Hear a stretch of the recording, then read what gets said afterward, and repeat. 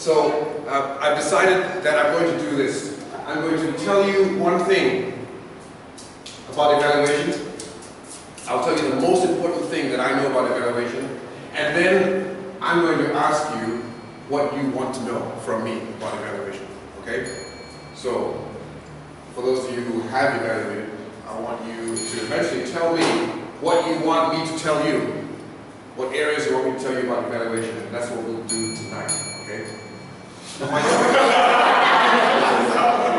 minutes so fast. Right. The most important thing that I think one needs to understand about evaluation is what it means. Because, you know, we get up here as Toastmasters. And if someone said, hey, what is evaluation? You may not have the definition at the tip of your tongue. Is that right? You may not have that. Why not? You know what I mean? Why not? You're up there, you're doing a job, you're evaluating, but you don't even know what it means. This is the problem. You see what I'm saying? It's a problem. Okay, let me just ask you. Raise your hand, right, if you have done at least one evaluation of some sort in Toastmasters. Whether it be the table topics or another speaker or general evaluation. Okay, just keep your hands up if you've done one. So we have some who have not evaluated before. Alright, you can go to sleep or whatever for 10 minutes, it's fine. For the rest of you who have your hands up, you might be interested in what's going on. So keep your hand up, please. So at least one, you've evaluated at least one time. 5 times or more. 5 times or more. Agala, okay? 5 times or more? Okay, so we lost half of you already. So 10 times or more, do you think? Okay, so how about 20 times or more, do you think? Clearly, the ones who have done evaluations have done a lot of them. So there's already, okay, thank you. You had done your champion. Yeah, we have a winner. Clearly, those who have done evaluations have done quite a lot of them. Tell me, when you do more evaluations, do you expect yourself to get better as an evaluator? Yes. You do, right? And I do as well. The more time you have on stage, the better you should get. That's the theory now. In practice, anyone ever gets stuck? As an evaluator, do you find yourself sometimes stuck? Don't know what to say, don't know what better things to say than you said the last time? Anyone ever find themselves saying kind of the same things they said the last time? Maybe a cliche here, a cliche there. Yeah. I try to avoid doing that as well because it's so easy to do. So tonight, how many of you actually want to be better evaluators? You want to be? Okay, I have to warn you, if you want to be better at anything, something has to change. Okay? Something has to change. If it doesn't change, guess what? Your results will not be better, right? It will be the same or worse. Okay? Something has to change. Habits have to change. You hear me? Yeah. Habits must change. If your habits don't change, and this is your choice. Okay? This is your choice. Okay, you ready for what I have? What is evaluation? I'm going to suggest evaluation could be made up of many different dimensions, such as, what do you think? Throw a word or two, a dimension or two of evaluation. Feedback. Feedback, thank you. Suggestions, thank you. Analysis, thank you. Articulate. Okay, thank you. Comment. Thank you. Sorry? Pronunciation. What do you mean? As in, you evaluate the person's pronunciation. Okay. Oh, I see, okay. So, yeah. We forgive you like you're a teacher. And in terms of the evaluation itself, so we have quite a few dimensions already to work with. I'm going to suggest that the definition that, I'm going to share with you the definition that I have used in my Toastmasters experience, which is not very long. Some of you much longer than me. I'm not very long in Toastmasters. I'm very long, I'm 20 years a professional speaker, but not very long in Toastmasters. So some of you have evaluated more people than I have, I think. Okay? But I'm going to share with you the beacon of light that guided me for every evaluation that I undertook, starting from the very first one. When I walked into a Toastmasters club for the first time, and because of the way I walked in, they asked me to evaluate an ALB. I didn't even know what an evaluation was. So I just got up there and told them, they said you have 3 minutes, so I just told them what I thought of the speech. He's a distinguished Toastmaster. And I was a newbie, total newbie. But because I know public speaking, and I know what it's like from this point, right? From this place here, I know what the problems are for public speakers. Because I've been here 6,000 hours, paid. So I know what it's like. I was able to comment. Before I tell you what evaluation is to me, I have to say that the more hours you spend on stage, the better you can be. Alright? Because you have more stuff to work with, more time more things to reflect on, more mistakes to feel bad for. And if you feel bad for it, hopefully you will then change it up. You know, if you feel good, you finish your evaluation, you feel good about it, you think you're going to change anything? Yeah. You feel bad about something, whether it's a speech or evaluation or whatever, you feel bad about your performance. I don't know about your mindset, but for me, I have to change it. I have to change it. Why? Because this is part of your legacy. This is what you leave behind. This trail. The trail of performances, the trail of opportunities, this is what you leave, this is what people will remember you by, or hopefully not remember you by, depending on, you know. So if you decide that, you know, you're going to go this direction, this is good. Okay, so I'm going to share with you what I think in evaluation is. I think it is really composed of two things, okay? Two things. First part, second part. First part is the quality of what you're able to see. In other words, the quality of your observations. Because you're observing a speaker, you're listening, okay? When you listen, it's not just the words come at you, you know. You have to observe, you have to listen with your ears, you have to listen. Can you listen with anything else? Yes, you can. You listen with your eyes. You listen with your senses. Now, what you listen for, I can tell you about that. Maybe that's one of your questions later on. Because it's not just the words, right? You're not just evaluating the words, is that right? You're evaluating other things. Do you evaluate delivery? Sure. Yes. Do you evaluate impact that it has on the audience? Sure. You need to get a sense of that. Do you need to say whether something was inspirational? If it was inspirational? Sure. If it was inspirational, you have to say it out. Why? Because it's rare that a speech is inspirational. It's very rare. So if it actually is inspirational, you have to say it. It doesn't matter whether it's CC 1 or 10 or whatever. You have to say it. Okay? As an evaluator, it's your job.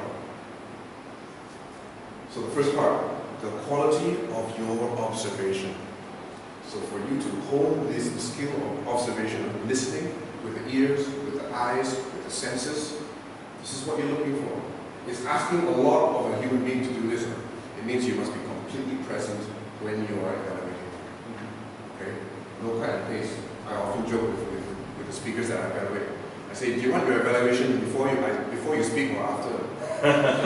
They're like, what do you mean? I said, I can just cut and paste something from the internet.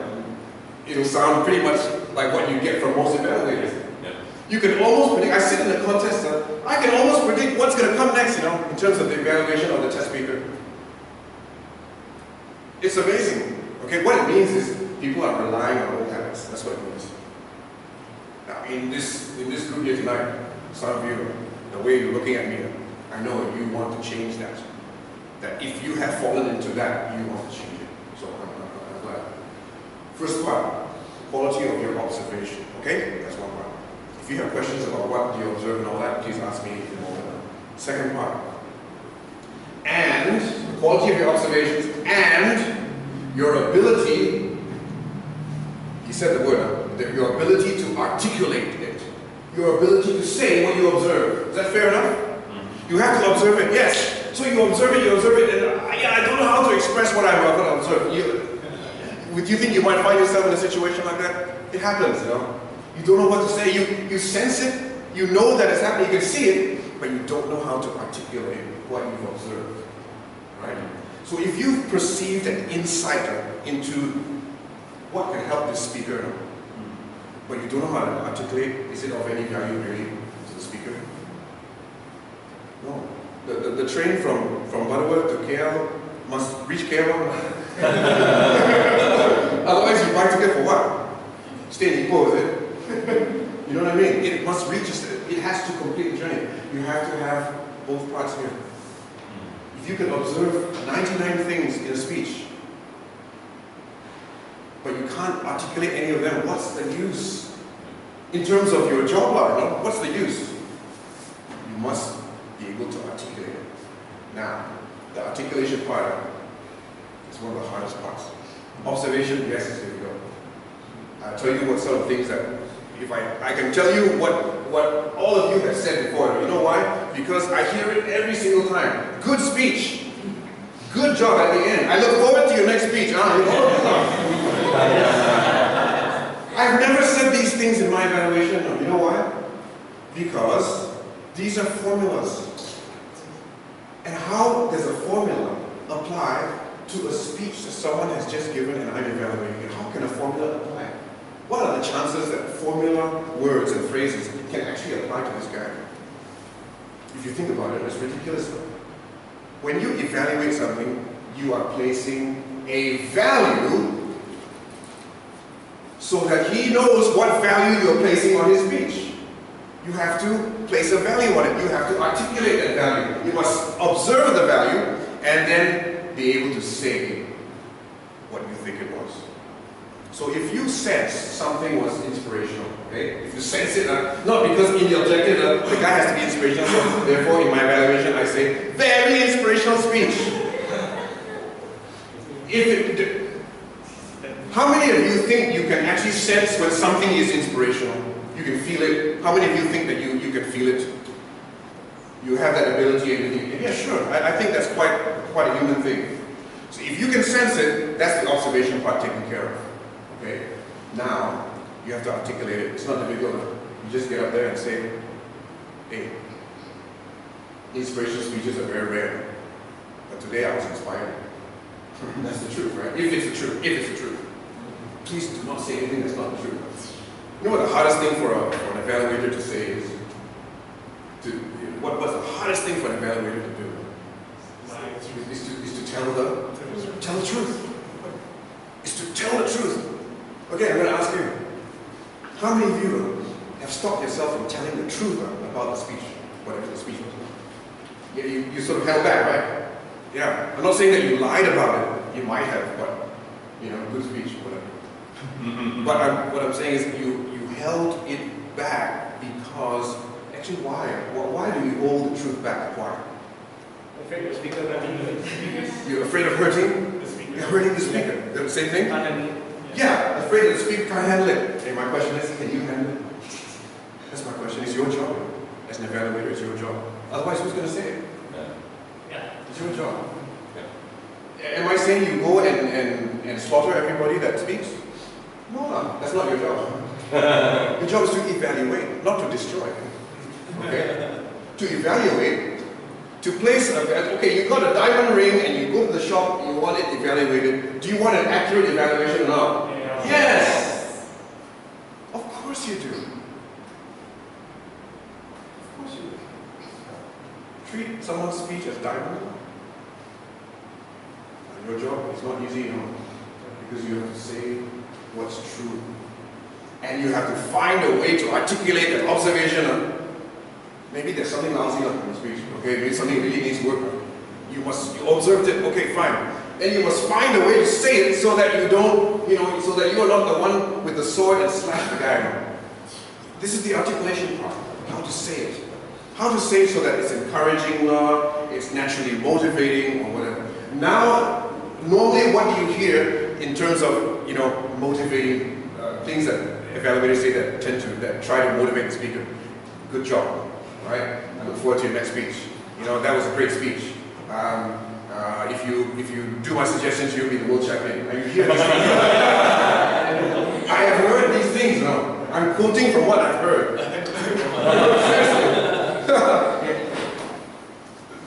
Is that true? Is any of that actually true most of the time? Well, the speech not very good. Not very good. No? But you say good job. Why? Because of the two reasons here. Afraid. You're afraid. Hey, as an evaluator, grow some, grow. Really, if you grow your own, you don't have to carry other people's, okay? It's important, really, it's important. It's important because somebody, somewhere, who's just given a speech might just be hoping to improve himself. Just might be hoping. I don't know about others now. Some are, Maybe some just want to tick off the CC this, CC that. Okay, fine. But some actually want to change. Some want to be better. Some have a vision for their own development and their own life. And then you are part of the process. And then you tell the lies that everyone wants to hear. Because the guy can't take it. And guess what? He starts to believe all of this stuff and have to improve. You see what? Between now and 3 years' time, the fellow never improved. Why? Because every evaluator told him he did a good job. Yeah. Okay. So as a speaker, I don't believe your evaluators. You yourself evaluate yourself. Watch your own videos. Videotape yourself, watch it. The video will not lie. Alright? It will show you how your hands are all over the place. Okay, it will show you everything. Alright? And then if you have access to a good speaker, you can sort other things out. Okay. Do you have questions, please? I'd like to know what about observation that you want to know, or what about observation that you feel you have not mastered yet. Do you know what to observe or not when you watch a speech? Like when you're watching me now, do you know what? If you're evaluating me, do you know what to observe or not? Would it be useful if you knew what to observe? It'd be useful, right? Okay. What do you currently observe? The hands, right? The eye contact? Okay, how I stand, how I use the stage? Yeah? Technicalities. My suggestion is, if you want to go beyond the cliches, don't even comment on technicalities. Unless something's a real problem that the speaker needs to sort out quickly.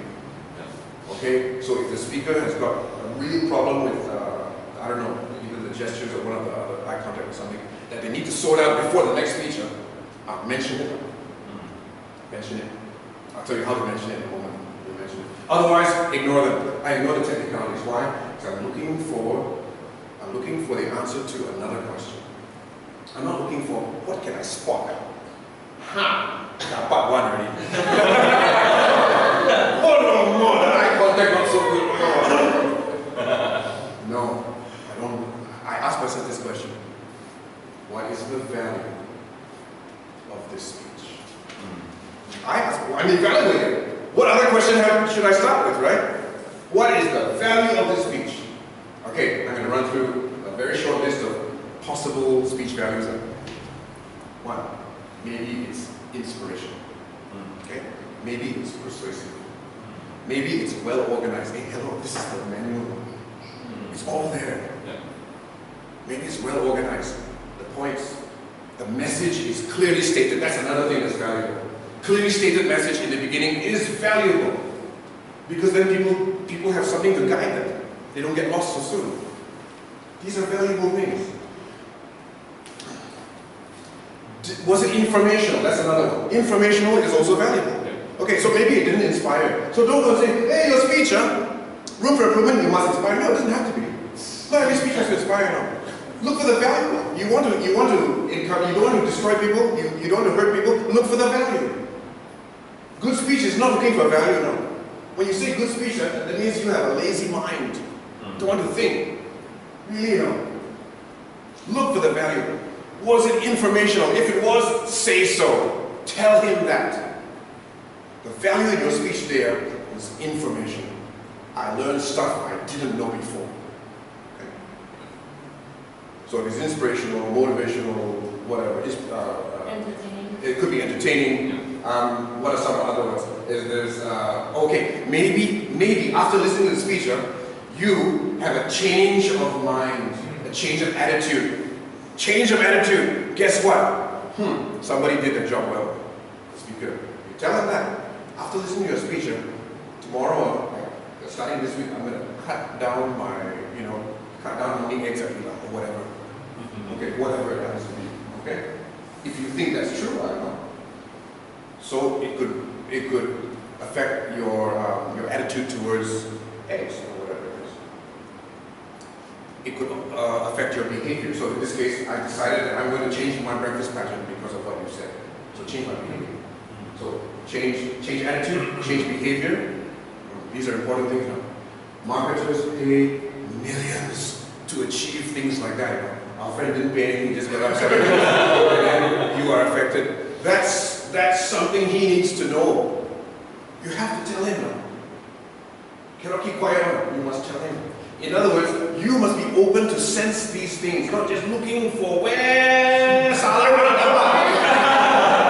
Yes. If you're looking for where he makes a mistake, you will miss all the really good stuff. Okay? You will miss the good stuff.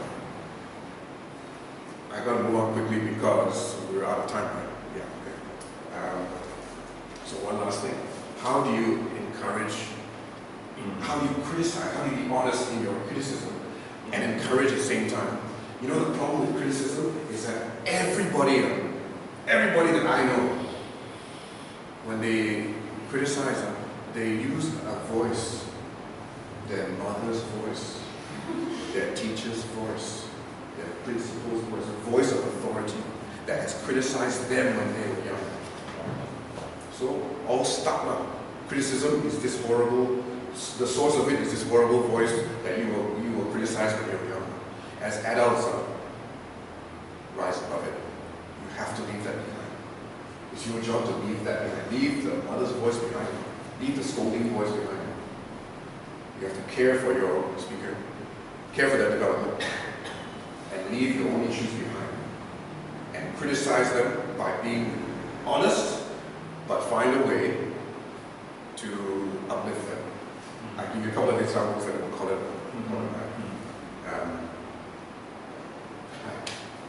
okay, here's one crazy one that I used recently. It was not even a technique, it just came out.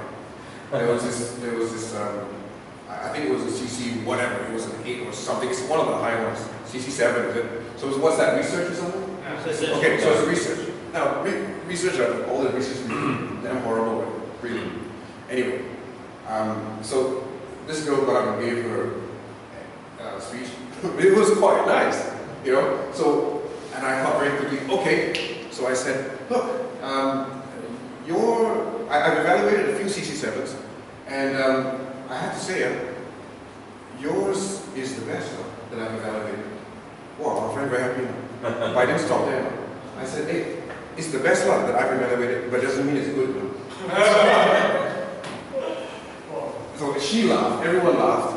The thing is, she was still uplifted. It wasn't a downer. It's not like I'm saying, okay, your speech is okay now, but I help you improve it. That's very down. Yeah. So I said, hey, yours are, in my estimation, are actually the best that I've evaluated. That doesn't mean it's good luck, but it's the best luck. We can talk about how to make it better luck, okay? So she and everyone else was lifted in that moment. You've got to find ways. And this technique I use is called qualifying. You qualify what you just said. So you say this, and then you qualify it. So I said, it's the best that I've heard, which in a way, I've heard is already a qualification. It's the best that I've heard, but doesn't mean it's good. See, I needed a way to get into the room of improvement. Without sounding like I'm contradicting myself. So, oh, your eye contact is the best. Okay, roof improvement, let's talk about the eye contact. You know what I mean? You gotta find a way, okay? I'm sorry I don't have the solutions all mapped out for you. This is really about whether or not you're opening your ears and eyes to see what's good in people's speech, really. I think if you take away anything from what I've said, it is that you ask yourself the question, what value is there in this speech. You find the value, and you talk about the value. Or you can talk about how it needs to be of that value. You know, if the speech needed to be inspirational, but wasn't, don't go and like say, okay, your speech not inspirational, but let's talk about how to make it inspirational. Like, you say, look, okay, your speech, one of the objectives should be to inspire, but I was not inspired. Okay, I just be honest with you. But I have an idea of how we can change that. Okay? It doesn't mean that I'm the authority. I have an idea of how we might be able to change that. You know that sometimes the way you phrase it helps to carry the message so that people don't get slaughtered. And then, okay, I'm done.